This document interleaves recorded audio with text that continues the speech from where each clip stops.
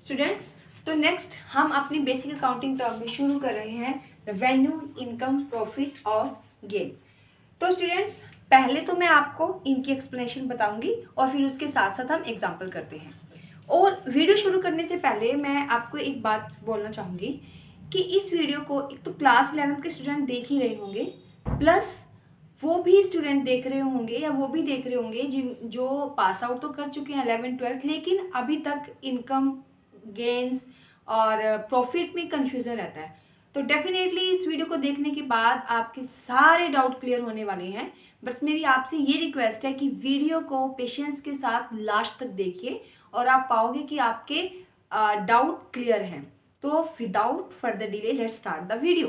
सो पहले हम रेवेन्यू के बारे में पढ़ते हैं कि रेवेन्यू क्या होता है। Revenue is total money a business earns from selling goods और service before any expenses are deducted. तो क्या है रेवेन्यू? रेवेन्यू वो अमाउंट है, वो मनी है जो गुड्स को सेल करने से एक फर्म को मिलती है। कहाँ से अर्न कर रही है फर्म इस मनी को? वो गुड्स को सेल करने से अर्न कर रही है और इसमें से कोई भी एक्सपेंस डिडक्ट नहीं होता है। उस गुड्स को बनाने के लिए, उस गुड्स को सेल करने के लिए जो भी एक्सपेंस किए हैं वो रेवेन्यू में से माइनस नहीं किए जाते और इसी को हम टोटल सेल या टर्नओवर भी बोलते हैं। It is the starting point of business. इस लाइन का क्या मतलब है? इस लाइन का मतलब ये है कि फर्म को सबसे पहले जो मिलता है वो रेवेन्यू मिलता है in comparison of income and profit. तो फर्म में आने वाली सबसे पहली जो अमाउंट है वो क्या है? रेवेन्यू है। ये लाइन ये बताती है। अब देखिए बेटा, अगर हमें रेवेन्यू को कैलकुलेट करना हो तो हम क्या कैसे करेंगे और क्या फॉर्मूला है? फॉर्मूला है टोटल क्वांटिटी सोल्ड, जितनी भी यूनिट सोल्ड की हैं इनटू प्राइस, जो भी उनका प्राइस है। आप जानते ही हैं कि हम बेसिक अकाउंटिंग टर्म्स में एक एग्जांपल को लेकर चल रहे हैं ताकि आपको कोई भी डाउट ना रहे किसी भी टर्म को लेके। और हमारा कॉमन जो एग्जांपल है वो यही है कि एक ओलिवर है, एक लिली है जो ओनर है, और एक ये ओनर है फैशन हब नाम की फर्म की, और एक हमारे पास है सोफी जो कि कस्टमर है। ठीक है, मैं हर वीडियो में ड्रॉ कर रही हूँ पिक्चर, लेकिन इसमें मैं आपको ऐसे ही समझा देती हूँ। तो बेटा ये फर्म है, लिली जो ओनर है फर्म की, फर्म का नाम लिख लेते हैं फैशन हब। Fashion hub. तो इस फैशन हब के लिए, इस फर्म के लिए रेवेन्यू क्या होगी? रेवेन्यू होगी जो लिली सेल करेगी अपनी कस्टमर को। और ऐसा नहीं हो सकता कि सोफी उसकी कस्टमर है, उसके और भी कस्टमर होंगे, लेकिन हम स्पेसिफिक अभी एक ही कस्टमर का एग्जांपल ले रहे हैं। फॉर एग्जांपल सोफी लिली से खरीदती है 10 शर्ट्स और हर एक शर्ट का जो प्राइस है वो ₹500 है। तो लिली की रेवेन्यू कितनी हुई? ₹5000। कितनी रेवेन्यू हुई? 5000। तो उसको सेल करने से जो अमाउंट मिला वो ही रेवेन्यू होगा। चलिए आगे चलते हैं। इनकम। अब इनकम क्या है इसको हमें थोड़ा ज़्यादा ध्यान से समझना है, इसमें थोड़ा टाइम भी लगेगा, तो आप प्लीज़ पेशेंस बनाए रखिए और वीडियो को पूरा देखिए।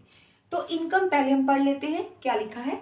Income is the money earn by a business from all resources. जो भी पैसा रिसीव हो रहा है फर्म को, उसके सारे रिसोर्सेज से, जितने भी फर्म के पास रिसोर्सेज हो सकते हैं उनसे जो पैसा आ रहा है वो इनकम है। ओनली सेल ही इनकम में नहीं आएगा, सेल से बढ़कर है income. Income is broader then revenue. तो ये रेवेन्यू से ज़्यादा ही होगा। क्यों? क्योंकि रेवेन्यू का मतलब तो केवल सेल है। अच्छा बेटा, इसको और फर्दर एक्सप्लेन करने से पहले मैं आपको एक और बात बताऊंगी। रेवेन्यू में जो हम सेल कर रहे हैं गुड्स का, चाहे वो कैश में हो चाहे वो क्रेडिट में हो, हम कैश सेल्स को भी और क्रेडिट सेल से भी हमें मिलने वाली जो अमाउंट है उसको रेवेन्यू में इंक्लूड करते हैं। ऐसा नहीं है कि जो कैश में मिला है वही रेवेन्यू है। सेल से जितना पैसा आ रहा है, चाहे वो तुरंत आ रहा है चाहे वो थोड़ा बाद में आ रहा है, वो रेवेन्यू होगा। तो चलिए आते हैं अपने पॉइंट पे, इनकम पे।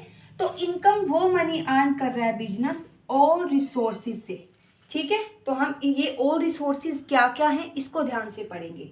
और अगर हमें नेट इनकम निकालनी है तो नेट इनकम निकालने के लिए जो रेवेन्यू हो रही है, मतलब जो टोटल सेल से पैसा आ रहा है, उसमें हम अदर अर्निंग्स भी ऐड करेंगे। अब हमें दो चीज़ों पर फोकस करना है कि अदर अर्निंग्स क्या हैं और ये और रिसोर्सेज क्या हैं, किन से फर्म को बिजनेस में पैसा आ रहा है।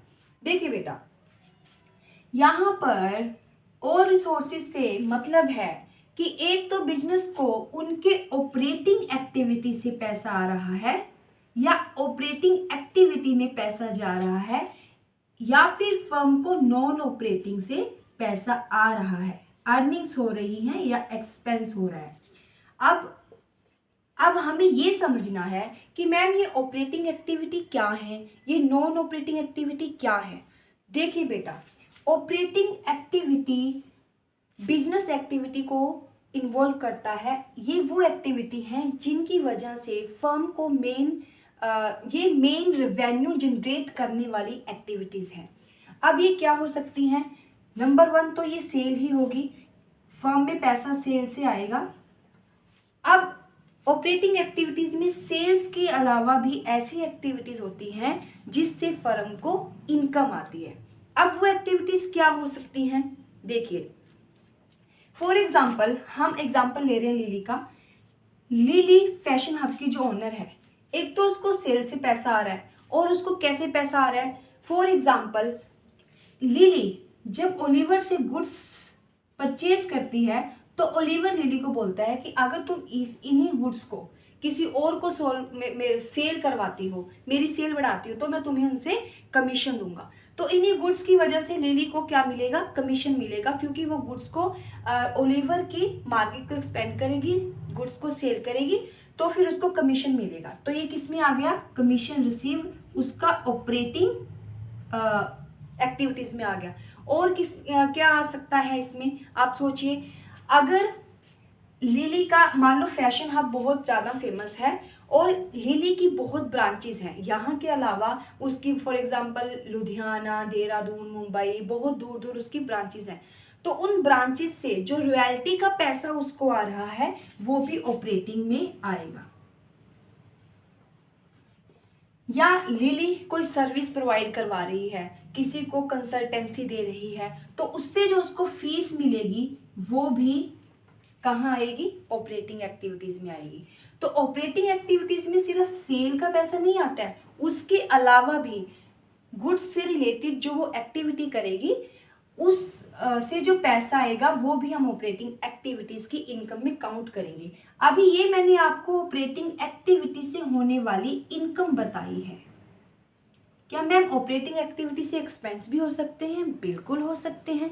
कैसे हो सकते हैं? जैसे लिली कमीशन ले रही है, हो सकता है लिली को अपने गुड्स बेचने के लिए किसी को कमीशन देना पड़े, तो वो एक्सपेंस हो जाएगा। अभी लिली अपनी अगर जहाँ पे वो जगह है उसने अपना फैशन हब शुरू किया है, हो सकता है वो रेंट पे हो, उसका वो रेंट पे कर रही हो, तो वो उसका ऑपरेटिंग एक्सपेंस हो जाएगा। तो ऑपरेटिंग इनकम्स और ऑपरेटिंग एक्सपेंस हो जाएगा। ठीक है, तो सेल से तो उसको पैसा आ रहा है, इन अदर इनकम्स में हम और किसको ऐड कर लेंगे? जो उसको कमीशन का पैसा मिल रहा है, जो उसको रॉयल्टी का पैसा मिल रहा है, या उसको जो इंटरेस्ट मिल रहा है, उस पैसे को भी हम टोटल अर्निंग्स में ऐड कर लेंगे। अब टोटल अर्निंग्स में सिर्फ ऑपरेटिंग एक्टिविटी से आने वाले पैसे के अलावा और कौन सी अर्निंग्स को हम इंक्लूड करेंगे? जो अर्निंग्स उसको नॉन ऑपरेटिंग एक्टिविटी से हो रही हैं। मैम अब ये नॉन ऑपरेटिंग एक्टिविटीज़ क्या है? ये नॉन ऑपरेटिंग एक्टिविटीज़ वो हैं बेटा जिसका लिली बिजनेस तो नहीं कर रही है, वो उसका काम नहीं है, सेल परचेज नहीं कर रही है, लेकिन फिर भी उसको उससे इनकम आ रही है या उसके लिए उसको एक्सपेंस करने पड़ रहे हैं। एग्जाम्पल समझते हैं। इनकम के एग्जाम्पल हम अर्निंग्स के एग्जाम्पल ले लेते हैं बेटा, क्योंकि मेन फोकस हमारा अर्निंग्स पे है। मैं आपको एक्सपेंसेस के एग्जाम्पल भी बताऊंगी। तो फर्स्ट एग्जाम्पल नॉन ऑपरेटिंग का क्या होगा भाई? लिली ने अपनी फर्म में रखी कोई पुरानी मशीन बेच दी। अब उस मशीन की मार्केट वैल्यू थी 20,000। कितनी थी? 20,000। लेकिन फिर भी उसने उसको 25,000 में सेल कर दिया। तो अब जो ये 5,000 है, अब लिली का जो बिजनेस है वो गुड्स को सेल परचेज करने का है, फर्नीचर को सेल परचेज करने का नहीं है, चेयर्स को सेल परचेज करने का नहीं है, उसका गुड्स का है। लेकिन फिर भी उसको क्या हुई, इनकम हुई, उसको ये गेन हुआ है। हम इसको प्रॉफिट नहीं कहेंगे, हम इसको गेन कहेंगे, ठीक है। तो उसको जो ये 5,000 की अर्निंग्स हुई है, ये उसकी नॉन ऑपरेटिंग है। अब फॉर एग्जाम्पल लिली ने किसी दूसरी फर्म के शेयर्स परचेज कर रखे हैं, ठीक है। शेयर्स का मतलब क्या होता है बेटा, जब कोई किसी दूसरी फर्म में एक अमाउंट अपनी इन्वेस्ट करता है, पैसा अपना पैसा देता है, उस पैसे पर उसको वो कुछ स्पेसिफिक यूनिट को वो परचेज करता है, उन यूनिट के ऊपर, उन शेयर्स के ऊपर जो उसे पैसा वापस मिलता है उसको डिविडेंड कहते हैं। हो सकता है उसको कहीं से डिविडेंड आ रहे हो, ये तो उसको प्रॉफिट हुआ, gain on sale, gain on sale of furniture. अब उसको डिविडेंड की अमाउंट भी मिल रही होगी।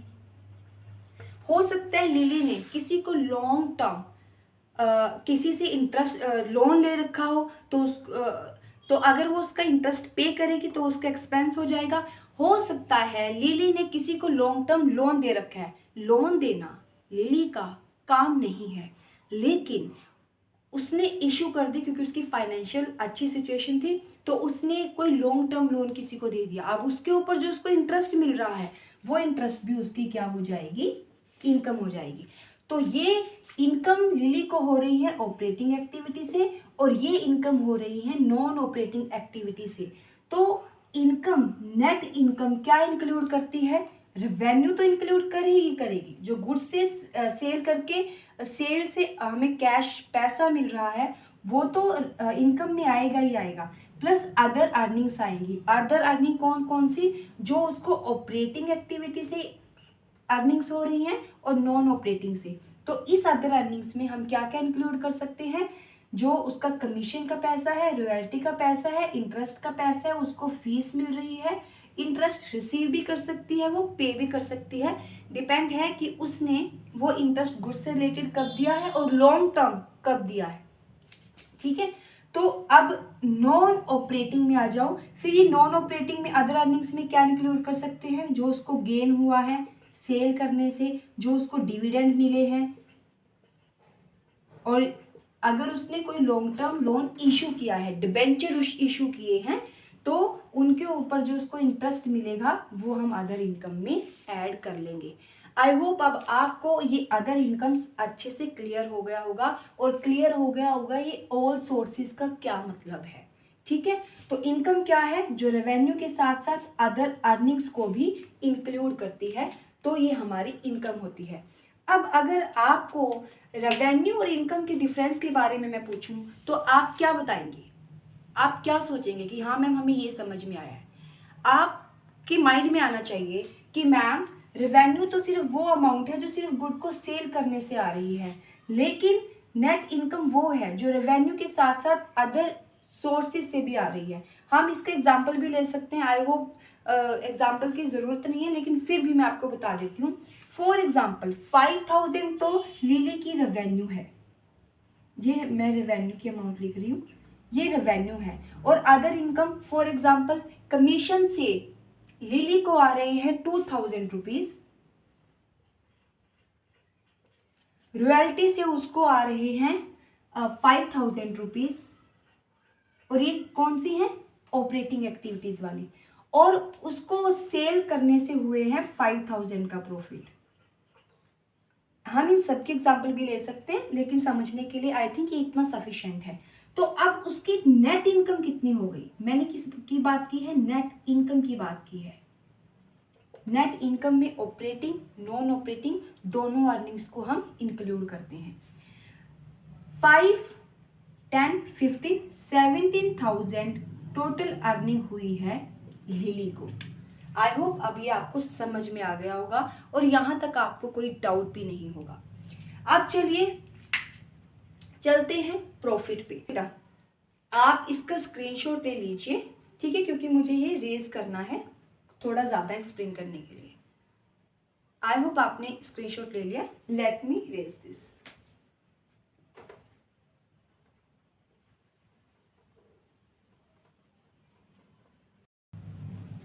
तो हम इसको अच्छे से कर लेते हैं क्लीन, ताकि हम अच्छे से और समझ सकें। तो स्टूडेंट्स, ये टर्म्स भी मेरे से क्लीन हो गया। हाँ जी, तो एक बार इनकम और प्रॉफिट को अच्छे से समझने से पहले मैं आपको समअप करा देती हूँ गेन, क्योंकि गेन में ज़्यादा हमें टाइम नहीं लगेगा। तो गेन क्या होता है बेटा? गेन होती है extra income from non business और नॉन रेगुलर एक्टिविटी। तो ये वो एक्स्ट्रा इनकम है जिसके लिए कंपनी कोई स्पेशल एफर्ट्स नहीं कर रही है, ये एक्सीडेंटली होती है, इंसिडेंटली होती है, और ये रेगुलर अर्निंग नहीं होती। कैसे मैम? फॉर एग्जांपल, जो हमारे पास लिली, हमारे एक एग्जांपल में हमने लिया हुआ है लिली को, लिली का जेंट्स गारमेंट का बिजनेस है। तो वो गुड्स जो शर्ट्स हैं उनके साथ डील करती है, उनका सेल परचेज करती है। तो अगर लिली अपनी फर्म से कोई पुरानी मशीन जिसकी बुक वैल्यू 15,000 रुपीज़ है उसको सेल कर देती है 20,000 रुपीज़ में, तो इससे जो 5,000 की एक्स्ट्रा अर्निंग आई है वो उसके गुड्स से, सेल परचेज से नहीं आई है। वो पुरानी मशीनरी थी, उसने बेच दी, उसके सेल करने पर होने वाले गेन से आई है। ठीक है, तो गेन क्या है? गेन वो एक्स्ट्रा अर्निंग्स हैं जो इंसिडेंटल अर्निंग है, जो इरेगुलर एक्टिविटी से होने वाली अर्निंग है, जो गुड्स के सेल परचेज से नहीं, एसेट के या कुछ ऐसा सेल परचेज करने से हमें मिलता है जो कि हमारे बिजनेस की में नहीं है, जिसका हम बिजनेस नहीं कर रहे हैं। ठीक है, तो गेन क्या होता है? आप इसको ऐसे भी कह सकते हो कि एसेट के सेल परचेज से जो हमें लॉस, जो हमें प्रॉफिट होता है वो हमारा गेन होता है। गेन मतलब फायदा। ठीक है, एक्स्ट्रा अर्निंग है ये, एक्स्ट्रा अर्निंग। ठीक है, I think this is very easy to understand. अब चलते हैं हम इनकम और प्रॉफिट। मैम, अभी तक हमें सब कुछ क्लियर है इनकम और प्रॉफिट के बारे में, तो आप आगे क्या समझाना चाहते हो? देखिए बेटा, इनकम और प्रॉफिट यहाँ तक ठीक है कि जब हमने रेवेन्यू में total earnings, operating non operating earnings को ऐड किया, वो हमारी नेट इनकम है। और जब हमने प्रॉफिट, नेट इनकम में से नेट एक्सपेंस निकाले हैं, तो वो हमारा नेट प्रॉफिट है। लेकिन बेटा, हम यहाँ नेट प्रॉफिट की बात कर रहे हैं। हमारे प्रॉफिट और भी 2 से 3 तरह के होते हैं, टोटल 3 तरह के हम कैलकुलेट करती है कोई भी फर्म जब वो अपना प्रॉफिट एंड लॉस अकाउंट बनाती है। प्रॉफिट एंड लॉस अकाउंट क्या होता है? ये वो अकाउंट होता है जिससे कंपनी ये निकालती है कि उसको ज़्यादा इनकम हुई है या उसको लॉस हुआ है, उसको प्रॉफिट हुआ है, उसे क्या हुआ है, वो ये चेक करती है।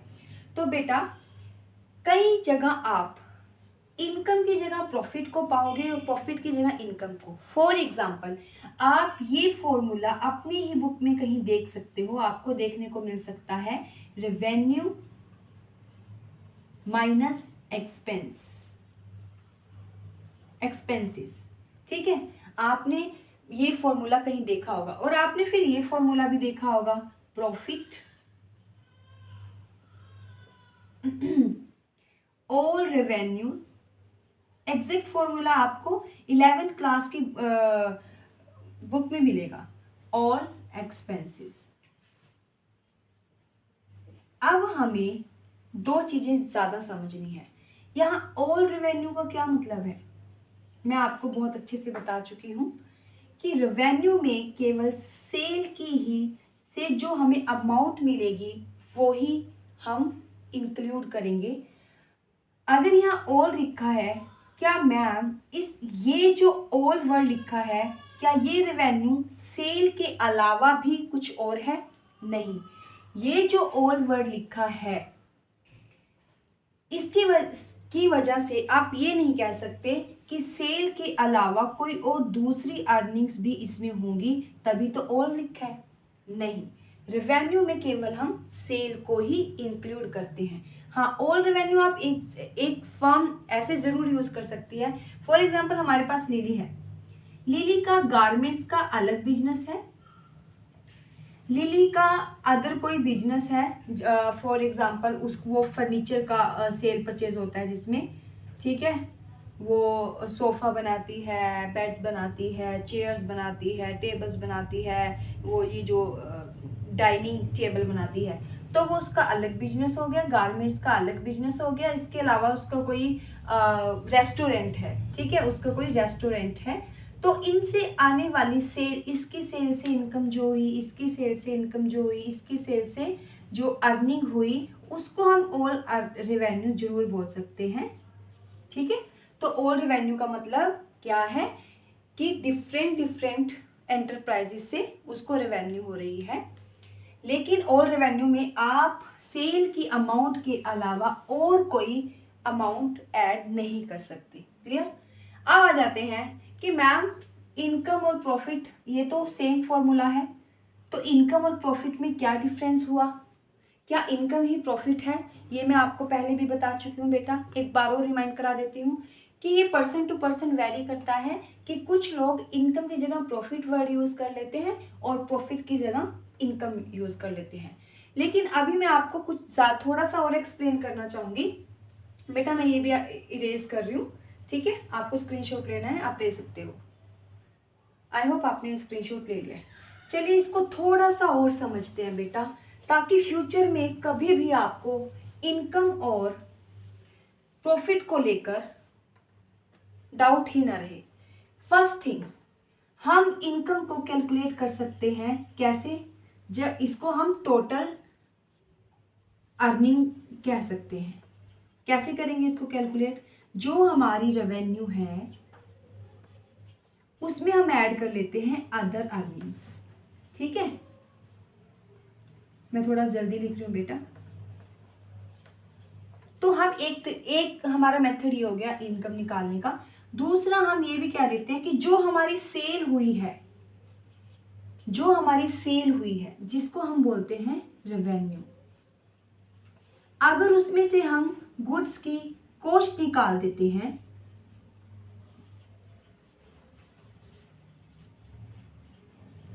जिसको यहाँ पे एक्सपेंस बताया गया है, तब भी हमारी इनकम हमें मिल जाती है, तब वो हमारी क्या हो जाती है, तब भी वो हमारी इनकम। तो इनकम का फॉर्मूला हम दो तरीके से लगा सकते हैं, एक ये और ये। We have two methods. अब समझना क्या है, समझना ये है बेटा कि जो मैंने आपको अभी फॉर्मूला बताया था वो नेट प्रॉफिट का बताया था। हमारे पास तीन टाइप के प्रॉफिट होते हैं। प्रॉफिट कितनी तरह के होंगे हमारे पास, मैं आपको ट्राई करती हूँ समझाने का। इनकम और प्रॉफिट को आप कैसे अलग कर सकते हो। देखिए बेटा, एक हमारा होता है ग्रोस प्रॉफिट, एक हमारा होता है ऑपरेटिंग प्रॉफिट,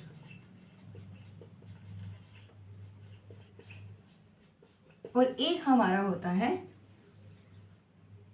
नेट प्रॉफिट। ये क्या होता है हमारा नेट प्रॉफिट। अब आप आगे एक टॉपिक करोगे जिसका नाम होगा फाइनेंशियल स्टेटमेंट। उसमें आप एक अकाउंट बनाओगे जिसका नाम होगा प्रॉफिट एंड लॉस अकाउंट, और प्रॉफिट एंड लॉस अकाउंट से पहले भी आप एक अकाउंट बनाओगे, उसका नाम होगा ट्रेडिंग अकाउंट। आप इसको एक साथ भी बना लेते हो, मैंने थोड़ा सा शॉर्ट फॉर्म में लिखा है सिर्फ आपको समझाने के लिए। अब देखिए बेटा, मैं आपको क्या समझाना चाहती हूँ, बहुत ध्यान से देखिएगा।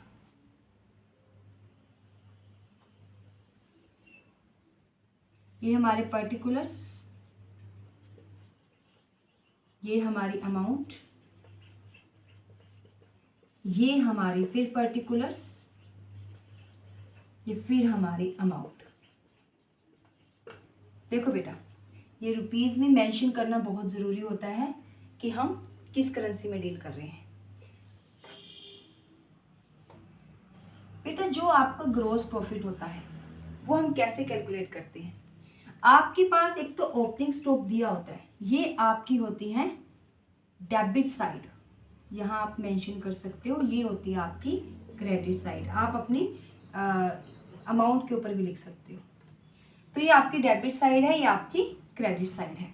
इसमें आप क्या लिखते हो, ओपनिंग स्टॉक। ओपनिंग स्टॉक क्या है बेटा, वो गुड्स जो आपको सेल करनी है और जिसको सेल करने से आपके पास पैसा आएगा। फॉर एग्जाम्पल वो 20,000 है, एग्जाम्पल के थ्रू लेंगे, और उनको परचेज करने का जो एक्सपेंस आया है वो आया है 10,000। अब एग्जाम्पल ले लेते हैं पहले, ये ओलिवर है, ठीक है, हम ऐसे ले लेते हैं, ओलिवर है, लिली और सोफी। जब लिली को प्रोडक्ट परचेज किए तो ये इस प्रोडक्ट को इसकी जगह से अपनी गोदाम तक लेकर आई है। तो गोदाम तक लेकर आने में उसका खर्चा हुआ होगा। क्या खर्चा हुआ होगा, उसने जो माल परचेज किया, एक तो परचेज करने का खर्चा हो गया, दूसरा जब गाड़ी में माल को लोड किया गया होगा वेजेस लगी होगी, मान लो वेजेस लगी 5,000 रुपीज, ठीक है। और क्या खर्चा हुआ होगा, ट्रांसपोर्टेशन का, ऑयल का खर्चा, कैरेज का खर्चा, टू कैरेज। फॉर एग्जाम्पल ये हुआ है 1,000। तो बेटा ये वो खर्चे हैं, ट्रेडिंग अकाउंट, पहले हम ट्रेडिंग अकाउंट के खर्चे लिखते हैं, ये वो खर्चे लिखते हैं जो एक गुड्स को परचेज करने से लेकर गुड्स का जो मैन्युफैक्चर प्लेस है उससे लेकर गोदाम तक, जहां ओनर ने उसको परचेज करके रखना है वहां तक के खर्चे इसमें रखते हैं। और इस साइड हम इनकम, इस साइड लिखते हैं हम इनकम। यहाँ पे होता है क्लोजिंग स्टॉक। ये क्लोजिंग स्टॉक कौन सा होता है बेटा, ये पिछले साल का बचा हुआ माल, अनसोल्ड माल जिसको सेल करना है। अभी मैं पॉइंट पे आती हूँ, अभी आपको समझ आएगा। मान लो ये पड़ा है 50,000 जो अभी और सेल करना है, ठीक है बेटा। उसके बाद बाय सेल्स, यहाँ पर हम लिखते हैं जितने का हमारा माल बिका है। फॉर एग्जाम्पल हमारा माल यहाँ पर बिका है 50,000 का। ये होती है इनकम। क्रेडिट साइड हम इनकम लिखते हैं, डेबिट साइड हम एक्सपेंस लिखते हैं। जब हम अच्छे से पढ़ेंगे फॉर्मूलाज आपको समझ आएंगे। लेकिन अभी मैं आपको ग्रॉस प्रॉफिट बता रही हूँ कैसे निकलता है। बेटा ये जो एक्सपेंस है, ये जो इनकम है, ये सब माल को परचेज और सेल करने में है। माल को सेल करने में, सेल मतलब रेवेन्यू। अब अगर ये माल बिकता है तो ये रेवेन्यू होती है 1 लाख की। पिछले साल का माल बिकेगा 50,000 का, अब बिका है 50,000 का इस साल करंट ईयर का। तो कितने माल बिका, 1 लाख रुपए। अब ये क्या है, ये रेवेन्यू है। ये वाली रेवेन्यू है बेटा, ये वाली रेवेन्यू है। इसमें अभी और बाकी जो आगे एक्सपेंसेस होंगे, ये कौन से एक्सपेंसेस हैं, फैक्ट्री से गोदाम तक माल लेकर आए हैं, ये वो ओनली वो एक्सपेंसेस हमने अभी इसमें से लेस किए हैं। अभी वो एक्सपेंसेस भी तो होंगे जब लिली इस माल को सेल करेगी, वो एडवर्टीजमेंट पे खर्चा देगी। अभी इसमें वो एक्सपेंसेस भी तो होंगे लिली के ऑपरेटिंग, जब वो किसी गुड्स को रिपेयर कराएगी। वो एक्सपेंसेस भी तो होंगे जब वो कोई बिल पे करेगी, वो सैलरी पे करेगी। तो इसलिए यहां पर हम क्या निकालते हैं, ग्रॉस प्रॉफिट। एक्चुअल में ये फॉर्मूला ये है, जब रेवेन्यू में से एक्सपेंसेस को लेस किया जा रहा है। तो ये कितने के हो गए, 30 और 36। 1 लाख में से 36 तो कितने होते हैं बेटा, 1 लाख में से 30 गए 70, 70 में से 6 गए, कितने होते हैं 64,000 का ग्रॉस प्रॉफिट हो गया। अब इसी ग्रॉस प्रॉफिट को इनकम भी बोल सकते हैं, लेकिन एक्चुअल में ये ग्रॉस प्रॉफिट ही है। इसको इनकम नहीं बोलना चाहिए, लेकिन कुछ बोल देते हैं, कुछ ये पर्सन टू पर्सन वेरी करता है, मैं आपको पहले भी बता चुकी हूँ। तो अभी फर्म को कौन सा प्रॉफिट आया, ग्रॉस प्रॉफिट। मैंने आपको किस चीज़ का फॉर्मूला बताया, नेट प्रॉफिट का। इसमें और इसमें क्या डिफरेंस हो गया, इसमें कोई भी कंपनी का इनडायरेक्ट एक्सपेंस नहीं था, ये ऑपरेटिंग एक्सपेंस है। अब नई चीज निकल कर आती है बेटा कि मैम आपने एक्सपेंसेस के बारे में बताया था, एक्टिविटीज के बारे में बताया था, बेटा जो आपकी ऑपरेटिंग एक्टिविटीज होती हैं, ये इसमें ऑपरेटिंग मैं शॉर्ट में लिख रही हूँ, इनकम भी होती हैं और ऑपरेटिंग एक्सपेंस भी होते हैं। अब ये एक्सपेंस डायरेक्ट भी हो सकते हैं और ये एक्सपेंस इनडायरेक्ट भी हो सकते हैं। डायरेक्ट एक्सपेंस कौन से होंगे? बेटा अगर आपको इस टॉपिक को, इस कंसेप्ट को अच्छे से समझना है तो आप पेशेंस के साथ पूरी वीडियो देखिए।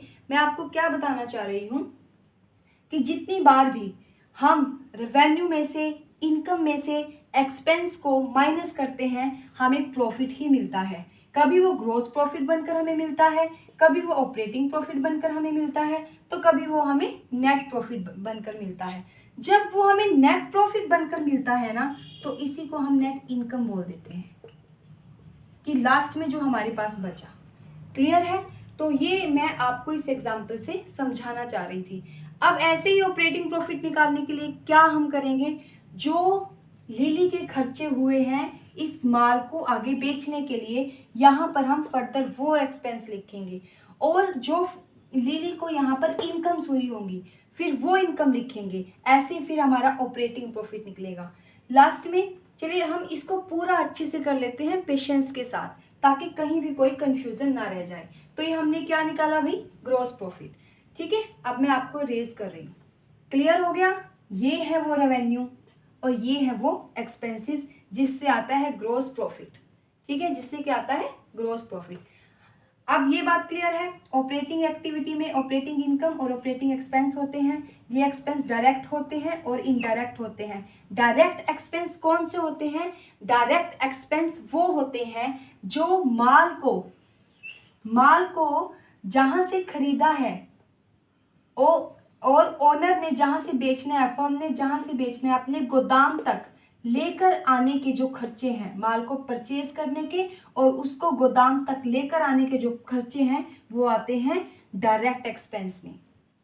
ठीक है, इनडायरेक्ट में क्या आएंगे? इनडायरेक्ट में वो एक्सपेंस आएंगे जो माल को बेचने के लिए किए गए हैं। माल को बेचने के लिए कौन से एक्सपेंस हो सकते हैं? उस माल की एडवर्टीजमेंट देना, ये खर्चा हो सकता है। उस माल को बिकवाने के लिए कमीशन पर पर्सन्स को रखना, ठीक है, वो खर्चा हो सकता है। आपने फर्म में अपने आगे एम्प्लॉयज रखे हुए हैं ताकि वो उन गुड्स को सेल करें, उनको सैलरी देना, ये इनडायरेक्ट एक्सपेंस हो सकता है। आई होप आपको ये अच्छे से समझ आ गया होगा। अब मैं आपको बताती हूँ ऑपरेटिंग प्रॉफिट। उसमें फिर आप ऐसे ही देखोगे, उसमें क्या ऐड होता है? रेवेन्यू के अलावा प्लस होने लगती हैं इनकम्स। कैसे? चलो बेटा देखते हैं। आप इसका स्क्रीनशॉट ले सकते हैं। मैंने ये थोड़ा रफली किया है आपको समझाने के पर्पज से। आई होप आपको इतनी पिक्चर क्लियर है। अब आ जाइए, ग्रॉस प्रॉफिट के बाद हम निकालते हैं operating profit. Let me erase this, क्योंकि मुझे आगे और एक्सप्लेन करना है बेटा। चलिए अब आगे करते हैं हम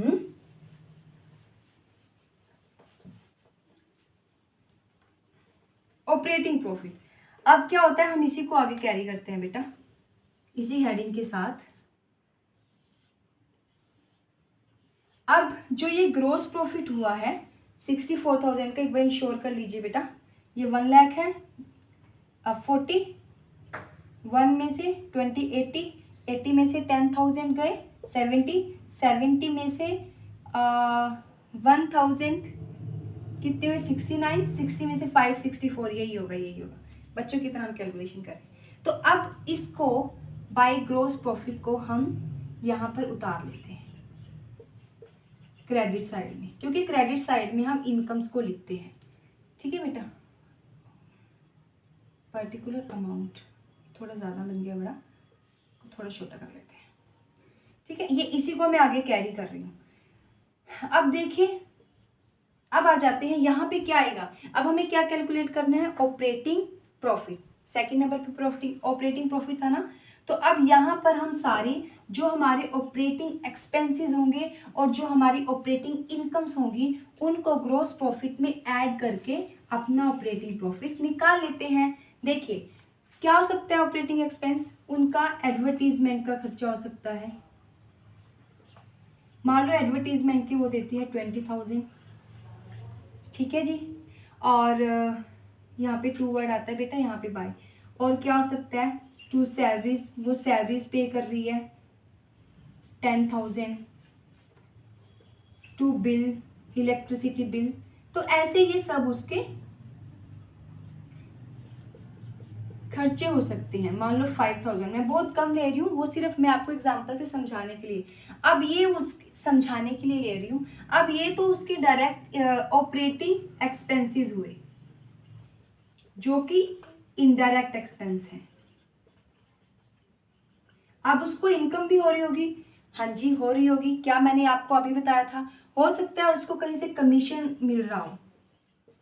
ये जब आप प्रॉफिट एंड लॉस बनाते हो ना बेटा, तो आपको ट्रायल बैलेंस दिया होता है और आप उसी में से सब देख के लिखते हो। डेबिट और क्रेडिट की अमाउंट्स, जो डेबिट की होती है वो डेबिट में लिखते हो, जो क्रेडिट की होती है वो क्रेडिट में लिखते हैं। लेकिन ये मैं सिर्फ एग्जांपल देने के लिए खुद से बना रही हूँ। तो मान लो उसको कमीशन रिसीव होता है 10,000 और उनको कहीं से रॉयल्टी आ रही है,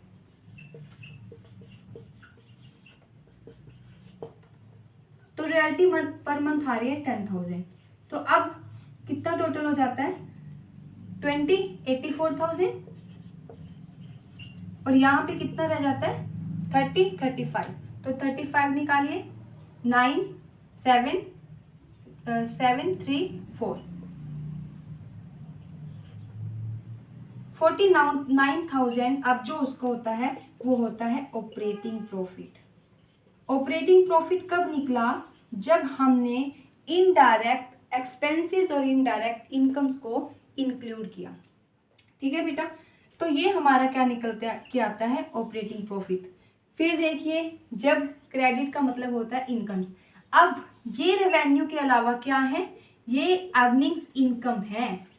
ये अर्निंग्स क्या है, इनकम। क्यों, क्योंकि जो उस सेल से हमें 64,000 का प्रॉफिट हुआ था, आगे ये अर्निंग्स उसी में तो ऐड हो रही है।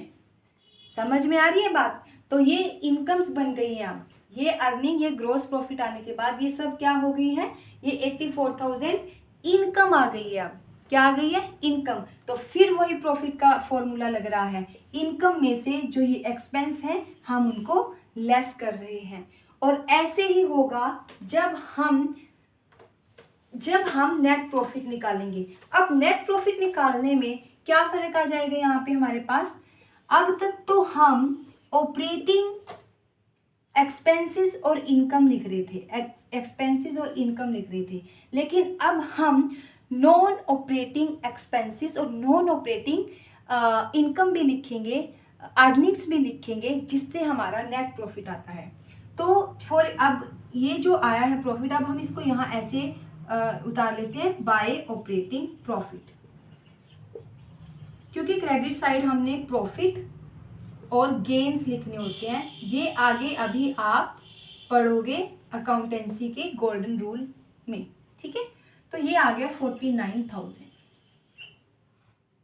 ये इतना कम आएगा, एक बार देख लेते हैं। 84,000 में से आपने 35 करना है, 14 में से 5 गए 9, 7 में से 3 गए 4। Yes,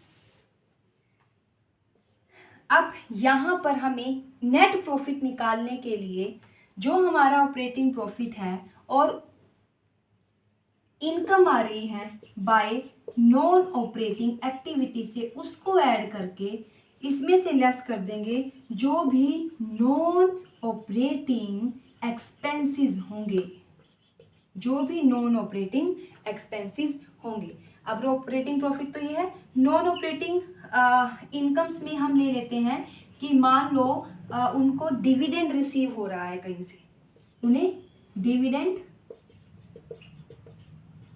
on shares. हम मान लेते हैं कि उन्हें प्रॉफिट हो रहा है एसेट पे, profit gain, profit word use नहीं कर सकते, gain on sale of machinery, वो जो हम वही ले लेते हैं। ठीक है, उस पर इसको मान लो 5,000 हो रहा था गेन, और डिविडेंड मान लो उनको मिलता है 20,000। ठीक है बेटा, अब नॉन ऑपरेटिंग एक्सपेंसेस क्या हो सकते हैं, क्या हो सकते हैं, लिली ने लॉन्ग टर्म लोन लिया किसी से ताकि मैं अपनी फर्म में और गुड्स ला सकूँ, उसको ज़रूरत लगी, तो जो लॉन्ग टर्म लोन पर इंटरेस्ट उसको पे करना पड़ेगा, to interest on long term loan. मान लो वो हर महीने दे रही है 25,000, बहुत ज़्यादा इंटरेस्ट दे रही है। तब अब ये जो हमारे पास आ गया है इन ऑपरेटिंग प्रॉफिट में हमने ऐड क्या कर ली, नॉन ऑपरेटिंग इनकम। अब ये हमारे पास नेट इनकम आ गई है, क्योंकि इसमें हमारी रेवेन्यू भी ऐड है, इसमें हमारी ऑपरेटिंग एक्टिविटी से होने वाली डायरेक्ट इनकम भी ऐड है और हमारी इनडायरेक्ट इनकम भी ऐड है, जो बिजनेस के जिसका कंपनी बिजनेस नहीं कर रही फिर भी उसको रिसीव हो रही है। तो ये कितना आ गया 25,000, 25,000 इधर है, 49,000 का ही हमारा क्या आ जाएगा net profit to net profit. अब ऐड कीजिए बेटा इसको, ये हमारा हो गया 69, 69 में 5 करेंगे तो कितने आ गए हैं 70, 69 में हम 5,000 करेंगे तो हमारा 74,000 आ जाएगा। अब हमारी जो नेट इनकम है ये क्या आई है, ये नेट इनकम आई है, ये इन सब का टोटल है, ये नेट इनकम है। तो इस नेट इनकम में से हम क्या कर रहे हैं, टोटल अब तक के एक्सपेंस थे जो ट्रेडिंग में हमने पहले लिखे थे, प्लस जो हमने ये लिखे हैं, प्लस जो नॉन ऑपरेटिंग से हो रहे हैं। तो अब कितना आ गया हमारे पास, वही 75 में से आप कर दीजिए 49 आ जाएगा। 49,000 क्या आया है net profit to net profit. हम जब ट्रेडिंग अकाउंट बनाते हैं, प्रॉफिट एंड लॉस अकाउंट बनाते हैं तो टू और बाय वर्ड का हम यूज़ करते हैं। अब बेटा मैंने आपको इतना ये एक्सप्लेन क्यों किया, क्योंकि मैं आपको ये बताना चाहती हूँ कि जहाँ आपकी बुक्स में ये फॉर्मूला लिखा है इनकम रेवेन्यू माइनस एक्सपेंस, ये प्रॉफिट ही है, ये प्रॉफिट का ही फॉर्मूला है। और ये कौन सा प्रॉफिट है, ये ग्रोस प्रॉफिट है। तो मैं आपको ये बताना चाह रही हूँ। तो आज के बाद आपको इस चीज़ में कंफ्यूज नहीं होना है कि इनकम का फॉर्मूला क्या है, प्रॉफिट का फॉर्मूला क्या है। अब मैंने यहाँ पे भी लिखा था कि आप दो तरीके से इनकम निकाल सकते हो, मैं आपको रिमाइंड करा देती हूँ, रेवेन्यू माइनस एक्सपेंस। ये आपकी बुक में दिया हुआ है, लेकिन एक्चुअल में ये प्रॉफिट ही है। क्या कंसेप्ट है, क्या धारणाएं हैं कि जो हमारे पास बचा है उसको हम ऐसे तो नहीं बोलेंगे कि तुम्हें कितने प्रॉफिट हुए हैं, हम बोलेंगे कि फर्म की कितनी इनकम है, तुम्हारी कितनी इनकम है, सिर्फ ये बात है। अदरवाइज जो मैंने आपको बताया है, प्रॉफिट को ऐसे ही कैलकुलेट करना चाहिए और इनकम को जो रेवेन्यू है प्लस टोटल अर्निंग करके अकाउंटिंग पॉइंट ऑफ व्यू से ऐसे सोल्व करना चाहिए। तो अगर कहीं आपको नज़र आता है इनकम की जगह प्रॉफिट वर्ड और प्रॉफिट की जगह इनकम वर्ड, तो आपको कंफ्यूज नहीं होना है, ठीक है। प्रॉफिट ऐसे ही निकलेगा, इनकम ऐसे ही निकलेगी। कई जगह इनकम को रेवेन्यू भी बोला जाता है, आप नेट पे सर्च करोगे तो कई जगह इनकम को रेवेन्यू बोला है, लेकिन ऐसा नहीं होता है। रेवेन्यू और इनकम अलग अलग होते हैं। इनमें सबसे ज़्यादा ब्रॉड जो होती है वो इनकम होती है। क्यों? क्योंकि इनकम में टोटल सब ऐड होता है, ठीक है। और प्रॉफिट क्या होता है, इनकम में से एक्सपेंस को लेस करके जो बचता है, इसलिए प्रॉफिट इनकम से कम होता है। तो students and dear friends, I hope अब आपका ये डाउट क्लियर हो गया होगा कि इनकम में और प्रॉफिट में क्या डिफरेंस है। सो मैंने अपने से बेस्ट दिया है, ट्राई किया है, और अगर डाउट रह जाता है तो I am sorry for that, पर आई होप आपका ये डाउट क्लियर हो ही गया होगा। So stay tune with me students. अगर आपको मेरी वीडियोस अच्छी लगती हैं तो आप लाइक करें, सब्सक्राइब करें, और आप मुझे कमेंट करके भी अपनी फीडबैक दे सकते हैं, क्योंकि आपकी फीडबैक वाकई में मेरे लिए बहुत ज़रूरी है। Thanks and stay tune with my channel.